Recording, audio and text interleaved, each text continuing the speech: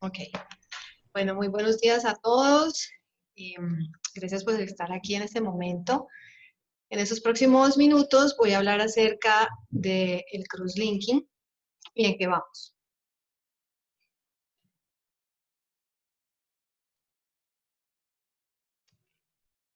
Entonces, solamente como para un recorderis, y hace 8 días pues ya hablamos del tema, pero el queratocono es una enfermedad multifactorial del grupo de las ectasias corneales, es bilateral, se presenta la mayoría de las ocasiones asimétrica.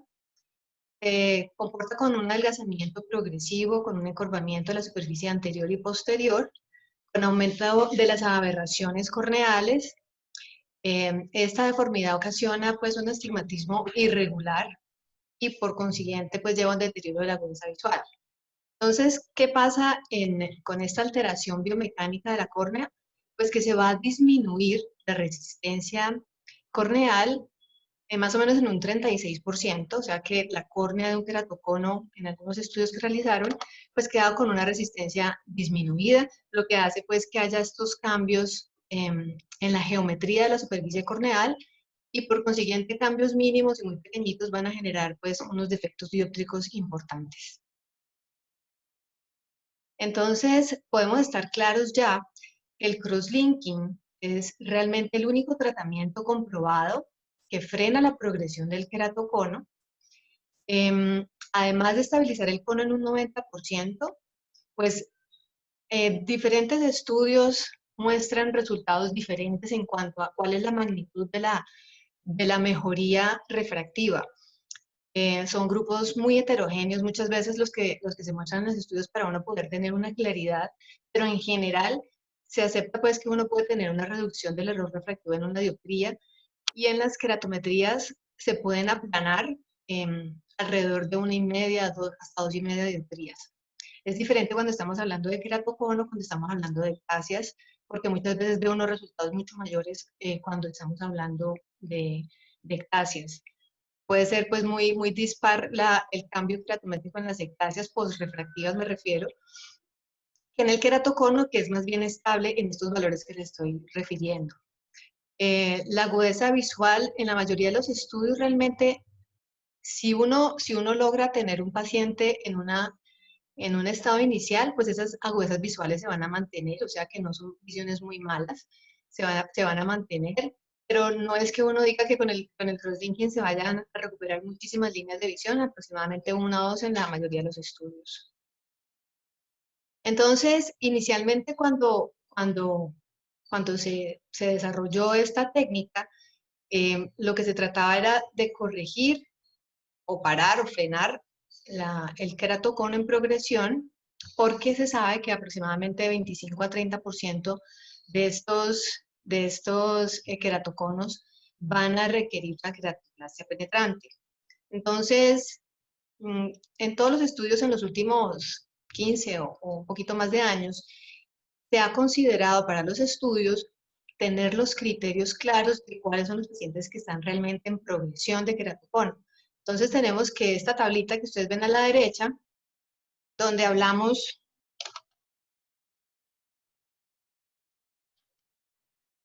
de cuáles son los criterios en los cuales vamos a considerar que un paciente está en progresión del queratocono. Entonces, paciente que tenga un cambio queratométrico de más de una dioptría en la K más curva, en la queratometría más curva, en la más plana, de una dioptría en un año de seguimiento.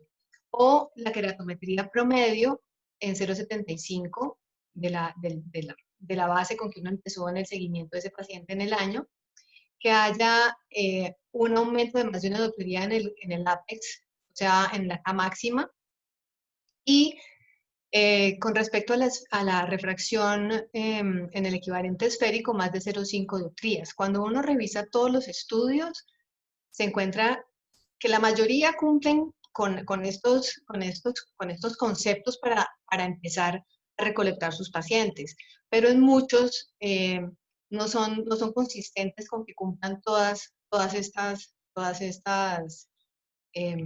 condiciones, pero se acepta que más o menos más de dos de estas condiciones podría uno considerar que el paciente está en progresión.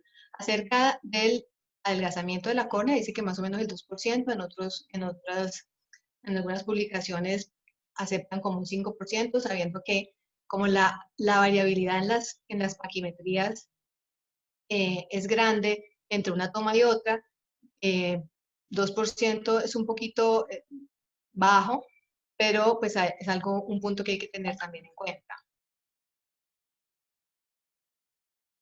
Entonces, en el 2003 salió la primera publicación del grupo de Wollensack. No encontré foto del doctor Wollensack, pero les puse la foto de Dresden, que es la ciudad en la cual se realizaron todos los estudios básicos, de donde está el doctor Wollensack y el doctor Eberhard Spohr, y el doctor Theo Seiler, él está en Suiza. Entonces ellos empezaron a hacer su estudio en el 1998,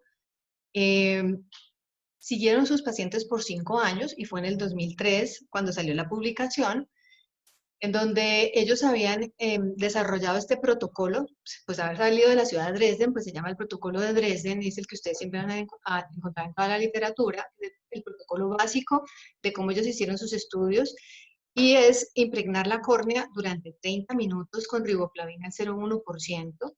Esta riboflavina que ellos están utilizando en este momento está con dextrana al 20% y es la que seguimos usando hoy día. Ya vamos a ver más adelante que han habido nuevos cambios. Y se hacía una irradiación de la córnea luego de la impregnación de los 30 minutos con luz ultravioleta. Esta luz ultravioleta tiene 365 nanómetros y la irradiación es de 3 miliwatts por centímetro cuadrado. Era muy específica este protocolo y vamos a ver más adelante más cositas acerca de esto. Entonces, en el crosslinking, ¿qué pasa? La riboflavina que se impregna en la córnea, la riboflavina debe llegar hasta la cámara anterior. Uno debería ver en la cámara anterior como un indel, cuando ya la riboflavina ha penetrado totalmente todo el estroma corneal. Entonces, al recibir la luz ultravioleta, se van a generar unos radicales libres de oxígeno dentro del tejido del estroma corneal, lo cual va a ser una reacción bioquímica en donde las fibras de colágeno van a tener unas uniones más estrechas entre ellas, y lo que se ha encontrado pues, en estudios histopatológicos es que aumento en el diámetro de estas fibras. Y por ende, pues esto va a aumentar la resistencia, que ya vimos que estaba disminuyendo un 36%, va a aumentar la resistencia del estroma corneal. Entonces, durante los primeros años se empezó a realizar el crosslinking estándar o el convencional, que es el que el doctor Wollensack y sus colaboradores pues, nos enseñaron, como está en la primera parte de arriba, pero en el 2012, como esta técnica, cuando uno está en cirugía, son 1 hora por cada ojo, 30 minutos de impregnación, 30 minutos de luz ultravioleta.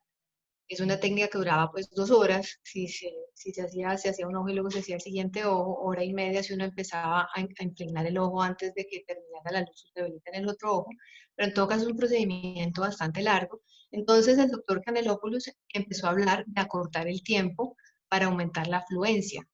Esto siguiendo una ley de estas bioquímicas, que es la ley de Bunsen-Roscoe, donde indica que una reacción fotoquímica se mantendrá constante si la energía es constante. Y pues esto debería generar la misma rigidez biomecánica que nosotros queremos encontrar. Entonces, en el protocolo inicial eran 30 minutos, o sea, un tiempo largo de irradiación, y 3 miliwatts, o sea, una irradiancia muy baja. Y en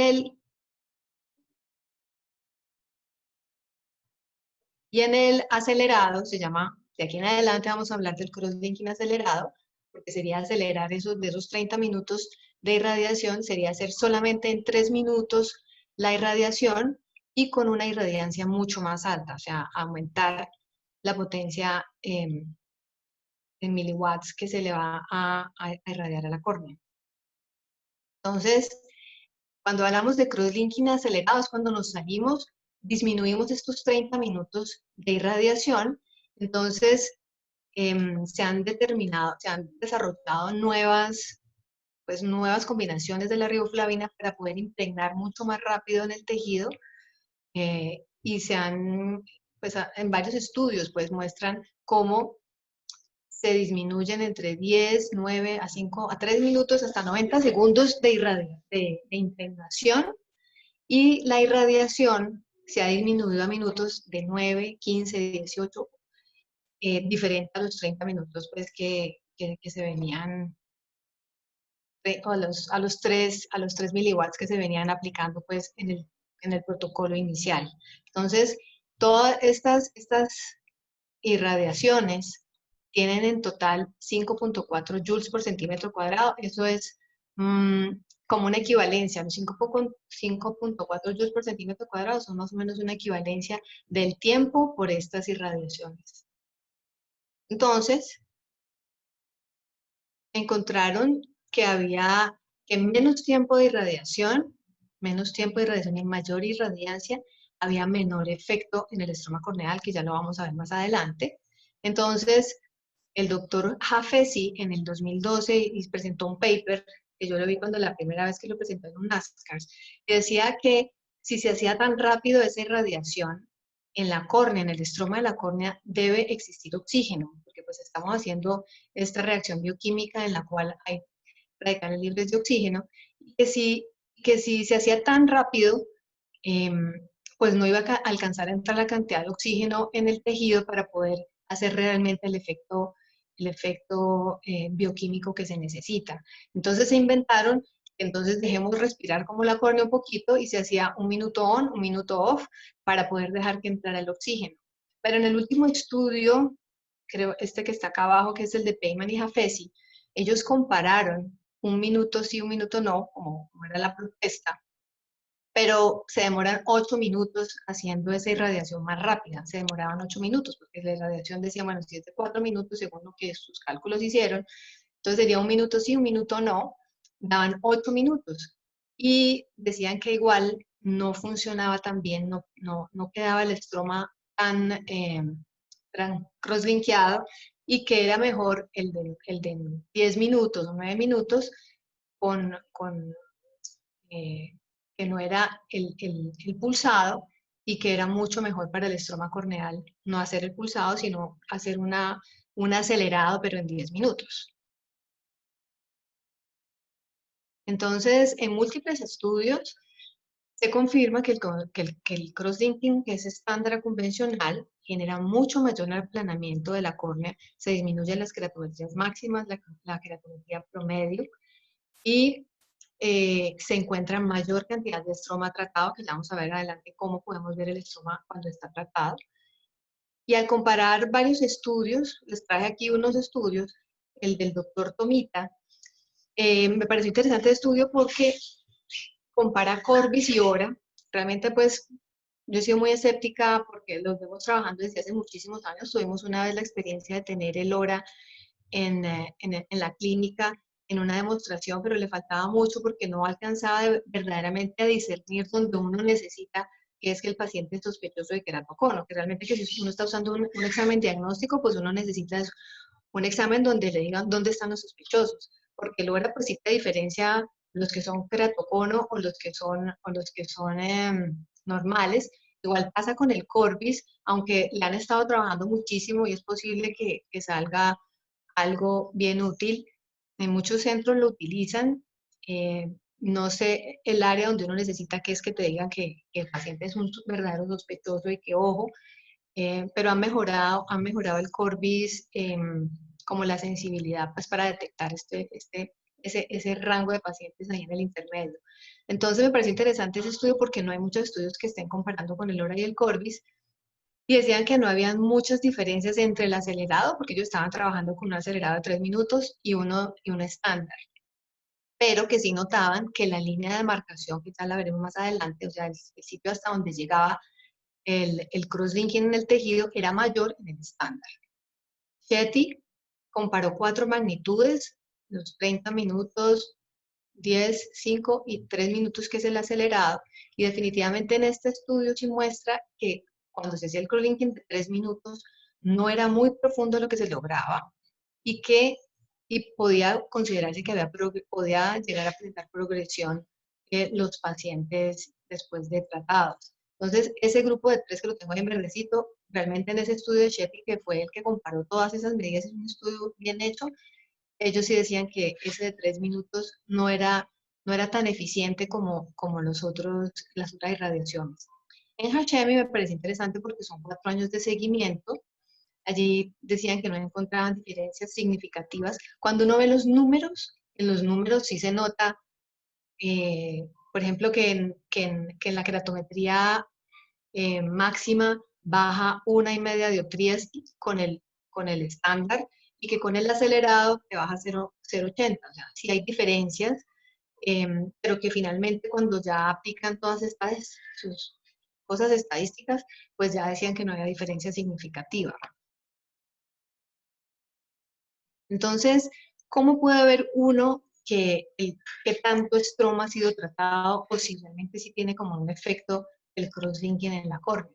Entonces, lo podemos ver en topografía, se puede ver, uno puede buscar si ustedes entran a cacharrear en el topógrafo, allí uno puede ver, pero para tomar realmente medidas de estroma tratado y ver bien la línea de marcación, lo ideal es un OCT de córnea. Entonces, esa línea de marcación me va a demarcar como el límite entre la córnea tratada y la córnea no tratada. Entonces, aquí vemos, este es un crosslinking convencional, donde se ve una línea en la parte posterior, en la parte, casi como el estroma medio más bien, que se ve una línea, y esa línea me indica que allí está como el límite hasta donde llega la apoptosis y la apoptosis de los queratocitos, que es lo que primero sucede. Inmediatamente se realiza el crosslinking y hasta el primer mes se ve esa apoptosis, y luego empieza después de los 3 meses a regenerarse todos los queratocitos. Entonces, allí esa línea donde hay un cambio entre el estoma tratado y no tratado es lo que se llama la línea de demarcación. Y así es como en muchos estudios han comparado qué tanto servía o hasta dónde llegaban eh, con el crosslinking convencional y el crosslinking acelerado. Entonces, uno podría casi decir que esa sería como la profundidad del tejido a la cual realmente hay como una eficacia del tratamiento. Esta línea de marcación se va a ver después de 2 semanas de que se ha hecho el crosslinking. En el acelerado es más superficial. Aquí este estudio pues estaba muy optimista porque realmente de todo lo que se revisa, el crosslinking acelerado generalmente llega a 150, entre 150 y 200 micras. Y pues vamos a ver más adelante porque puede que no sea el ideal para algunos casos, pero hay algunos casos donde eso podría ser una ayuda pues para uno prevenir que siga una progresión. Entonces hay diferentes equipos que han salido. Este primer equipo que vemos a la izquierda son equipos nuevos que han ido saliendo para hacer el tratamiento en la lámpara de hendidura. Esta máquina tiene todos los minutos que uno quiera, si lo quiere hacer de 30 minutos, de 10, de 15, pero pues en una lámpara de hendidura 30 minutos sí me parece como un poquito incómodo, pero si es un crosslinking de 3 minutos, genial. O sea, la impregnación se podría hacer rápido en una silla y se sienta el paciente 3 minutos y quedó tratado. Ya después habría que pensar todas las cosas de asepsia que se puedan manejar en un consultorio, pero como la idea es que más adelante que se pueda dejar el epitelio, entonces podría ser un tratamiento súper sencillo realizarlo en el consultorio y usted no va a desepitelizar al paciente. Este equipo de Pechke, este es uno de los pues, tradicionales que se vienen utilizando, han mejorado cada vez más los diseños y por ejemplo, tiene eye tracker, que es una dificultad que nosotros tenemos con el que manejamos, pero este tiene eye tracker y también varias fluencias para manejar. El Avedro, pues estos, sí, mejor dicho, la están haciendo súper bien. Y este es norteamericano, este es suizo. El IROC, que es el que nosotros tenemos en la clínica, pues es de los que salió de los primeros y es el que nosotros tenemos. El nuestro tiene una fluencia de 9, o sea, nosotros hacemos 10 minutos de tratamiento. Estuve viendo ayer el equipo, no se le puede graduar absolutamente más, pensé que pronto uno podía aumentarle o bajarle la fluencia un poquito, pero está fijo. Entonces nosotros tenemos 10 minutos, realmente nosotros venimos haciendo un acelerado desde hace muchos años, y la verdad es que 10 minutos es casi tan bueno como el de 30 minutos, porque nosotros vemos unos tratamientos bastante profundos en el estroma corneal. Eh, el Avedro, pues estos sí están pero volando. Em, Tienen pues esta pantalla, miren esta cosa tan ergonómica. Si ustedes han visto, el crosslinking es súper incómodo, esta posición que nosotros manejamos, pero este es súper ergonómico, tiene su pantalla, y ya vamos a ver más adelante todas las aplicaciones que están desarrollando. Y estos son pues como el equipo líder de acelerado, y es el único pues que está aprobado en Estados Unidos. Entonces, pues todos están tratando siempre, la gente que está investigando en esto, pues de hacer las cosas mucho más sencillas, no desepitelizar la córnea. Y la técnica de dejar el epitelio, definitivamente dejar el epitelio y hacer el cross-linking, eso no va a funcionar porque la riboflavina no va a penetrar, no va a penetrar el epitelio por las uniones estrechas que tiene. Entonces, se desarrollaron esta idea, y es hacer una técnica del epitelio on, pero ponerle esta iontoforesis, ¿sí? Este es un anillo de succión que se agarra a la córnea, se pone un electrodo pasivo en la frente o en el cuello del paciente, y se pone un electrodo activo aquí en la rejilla que está unida al anillo de succión que está sobre la córnea, y se impregna con riboflavina. Esas impregnaciones en algunos estudios decían 5 minutos, la mayoría en solo 5 minutos. Lo que nosotros estamos haciendo en 30 minutos, se va a impregnar la córnea. Pero se ha demostrado que esa impregnación puede que llegue hasta la cámara anterior, pero la densidad de la riboflavina que queda en el tejido estromal no es tan alta como la que gotica a gotica 30 minutos lo que nosotros hacemos. Entonces, pues esas son cositas que deben ir mejorando, pero pues sería ideal, con el que yo les mostraba en la lámpara de hendidura. 5 minutos de impregnación el paciente con esto, y 3 minutos en lámpara de hendidura, pues salió y no hubo que desepitelizar el paciente ni nada en un quirófano. Entonces, mmm, ayer que estaba revisando estos porcentajes, no pude encontrar de dónde los saqué, pero decía que con el crosslinking con el EPION, más o menos el 64% aumentaba en cuanto a la rigidez, y el EPIOF en el 320%. Pero no pude encontrar bien para poder explicar cómo llegaron a ese análisis. Pero pues me parece como importante saber que realmente el epitelio ON no va a tener la misma eficacia en el crosslinking. Entonces por eso, pero pues la idea es tratar de seguir buscando, porque eso sería un tratamiento ideal. Entonces, en la iontoforesis, eh, más o menos lo que decíamos, también se pueden lograr tratamientos hasta 200 micras, pero las líneas de demarcación solo aparecen hasta en el 50% de los casos. ¿Qué quiere decir? Pues que cuando vemos línea de demarcación, sí vemos que hay un estroma tratado, pero en los pacientes en que no vemos la línea de demarcación no podemos estar seguros que eso realmente ha sido eficiente en ese paciente. Entonces, hay estudios que tienen que ser mucho más largos. La mayoría de los estudios están a un año, la mayoría de los estudios, o sea, estudios de 6 meses, y me parece que uno, pues todavía eso está inconcluso, porque el cambio que sucede en la córnea es durante el primer año. Después del sexto mes empieza a cambiar las huellas visuales, empieza a verse un poquitico menos de opacidad en la córnea. Entonces, estudios hasta 6 meses no son suficientes, deben ser estudios más de un año, pero la mayoría de lo que publican está a un año.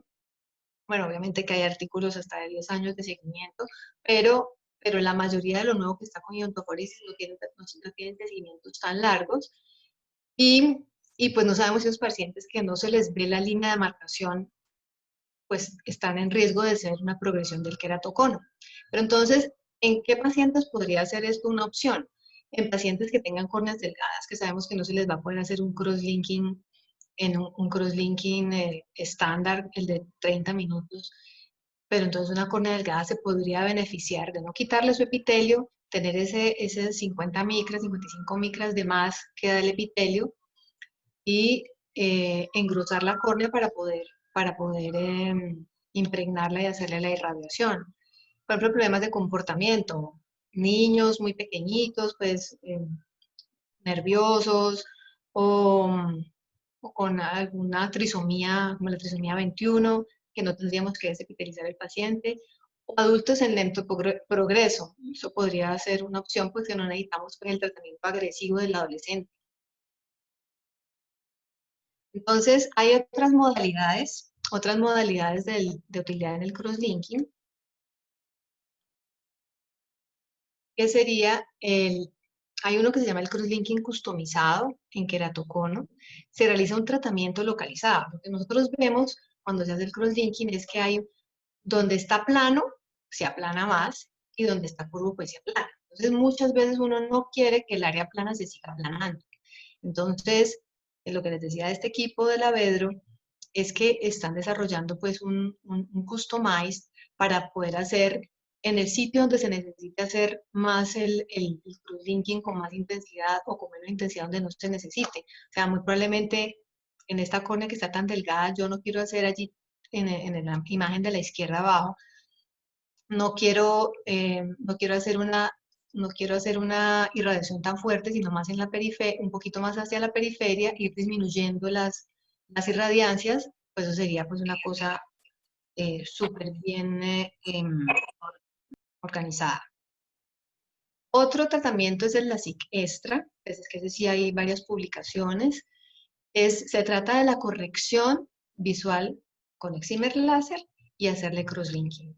Entonces, luego de corregir el defecto refractivo, luego de que se corrige el defecto refractivo, la córnea se enfría y se impregna con riboflavina. Aquí lo están utilizando un porcentaje mucho más alto, 0,25%. Y la impregnación, dice, en el protocolo que estaba estándar allí, era de 90 segundos.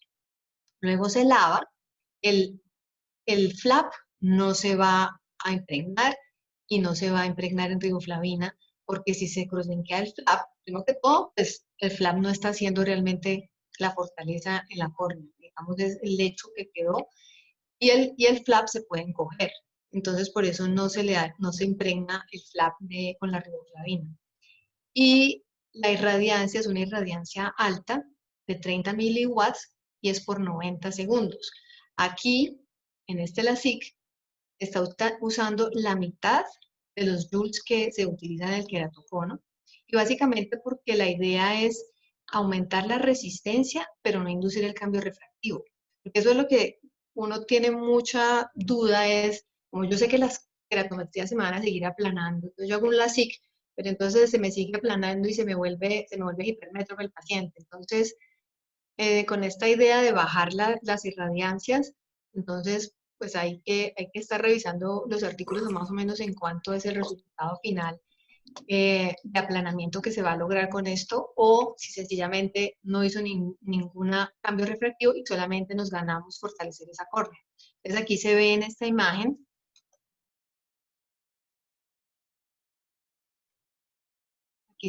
imagen, cómo está el flap que pasa por acá, y aquí abajo está la línea de demarcación, que es donde se sucede pues el crosslink.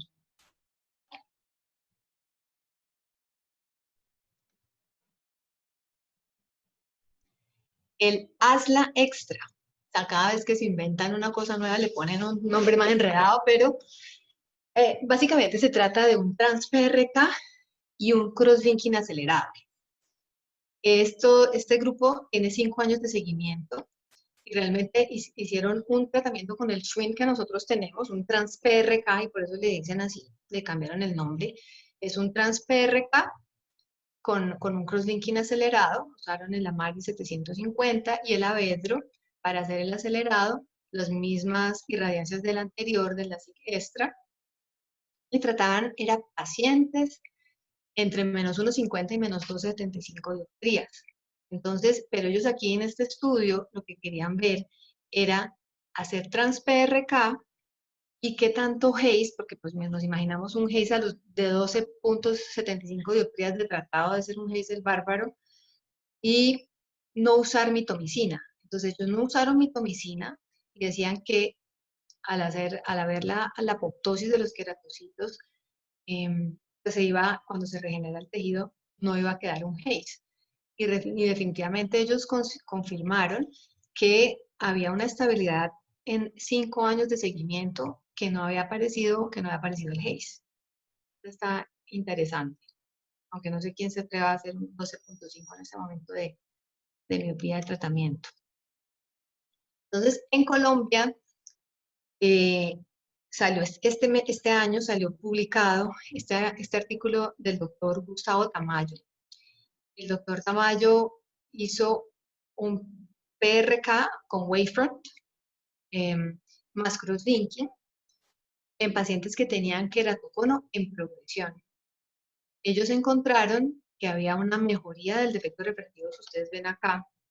Obviamente que son defectos refractivos bajos en el crosslinking. Menos 2.39 era como el equivalente esférico. ¿O esto qué es? La refracción manifiesta. Sí, equivalente esférico. Y y mejoraba 0.13, más o menos 0.68 a los 12 meses. Entonces, pues tuvieron unos buenos resultados. El seguimiento de ellos es a 1 año, tenían un seguimiento a 1 año y mostraron buenos resultados en pacientes con queratocono en progresión. Y ese pues en Colombia creo que hay 2 o 3 equipos, hay 2 en Bogotá, uno aquí en la clínica del doctor Tamayo. Este PXIL, que es un crosslinking, es un crosslinking que se hace en el estroma, pero solamente se va a hacer crosslinking para aplanar la córnea, ¿sí? Hay varios estudios en curso, o sea, es como, en lugar de hacer excimer láser, se hace solamente un crosslinking de alta fluencia para muy bajas miopías. Entonces, con este mismo equipo de la Vedro, que les decía que estaba muy, muy dinámico en todos sus desarrollos, el doctor Canelopoulos mostró sus primeros resultados a los 6 meses, el doctor Lima al año, y decían que tenían una buena estabilidad en el tiempo, al menos en ese tiempo que ellos los habían seguido. Y otras utilidades, pues, en el crosslinking están todavía en animales, pues están en experimentación. No sé, no encontré ningún artículo, no lo busqué pues a fondo, si ya había algo para crosslinking en la esclera para prevenir pues el desarrollo de una miopía, de estas miopías degenerativas. Que no utilizan riboflavina, utilizan como otra sustancia para impregnar la esclera y para poder hacer el tratamiento del crosslinking. Y el tratamiento del crosslinking en las úlceras corneales, pues básicamente hay unos estudios publicados donde muestran excelente evolución de los pacientes, o sea, casi cura de los pacientes con luz ultravioleta, porque la luz ultravioleta, ustedes saben que la luz ultravioleta la ponemos porque es para matar las bacterias en la sala de cirugía teníamos antes la luz ultravioleta y hoy día también están recomendando usarlo para los virus. Y los radicales de oxígeno que se liberan en el crosslinking, que se liberan por la riboflavina pues en el estroma corneal, también son microbicidas. Entonces sirven para bacterias, para hongos, la cantamoeba. Y recuerden que pues el herpes no se puede porque antes se empeora. Entonces, en conclusión, el crosslinking es el único tratamiento comprobado que frena la progresión del queratocono. Los nuevos protocolos de crosslinking acelerado muestran ser promisorios en muchos casos para los pacientes que no son aptos para un crosslinking estándar y que hay nuevas estrategias que vendrán pues para ampliar nuestro abordaje en diferentes ectasias y patologías corneales. Muchas gracias.